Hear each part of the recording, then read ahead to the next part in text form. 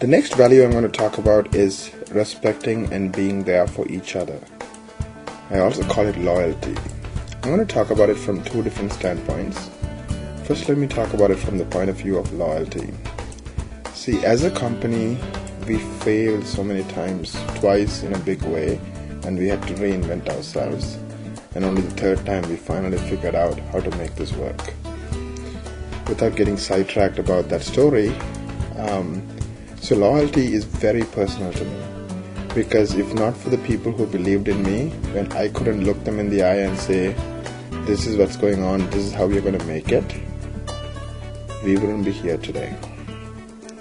On the other hand, I also have realized that if we are going to be who we can be in terms of a world-defining company that transforms the lives of doctors or clients, as well as our staff members in unseen ways, we need a team that can depend on each other, where we need to feel comfortable that people have each other's backs.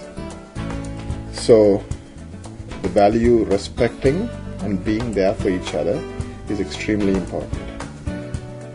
Like I have told people so many times, nobody has ever gotten fired for speaking up, and nobody will ever get fired for speaking up. If somebody does punish somebody for speaking out, they will have a big problem with me. So that respect for the individual, whether it's somebody who joined yesterday or somebody who has been there from the beginning of time, is huge. And being there, because at the end of the day we all work from home.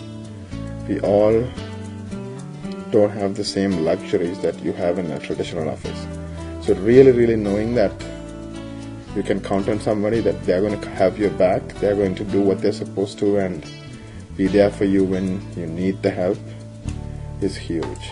So if you're an employee, please remember this value: respecting and being there for each other. Now, I think this can be learned, but I do want to, during the interview process, find out if people have this value. And I guess you can again ask probing questions about their past, about situations where somebody else was wrong, and how did they handle things, and did they look down upon the other person, and did they look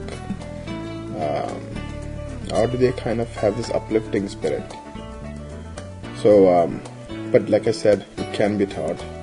And if you're a manager, what you need to do is you need to cultivate that respect. You should not have the attitude, I'm smarter than you, and you idiot, what are you doing here?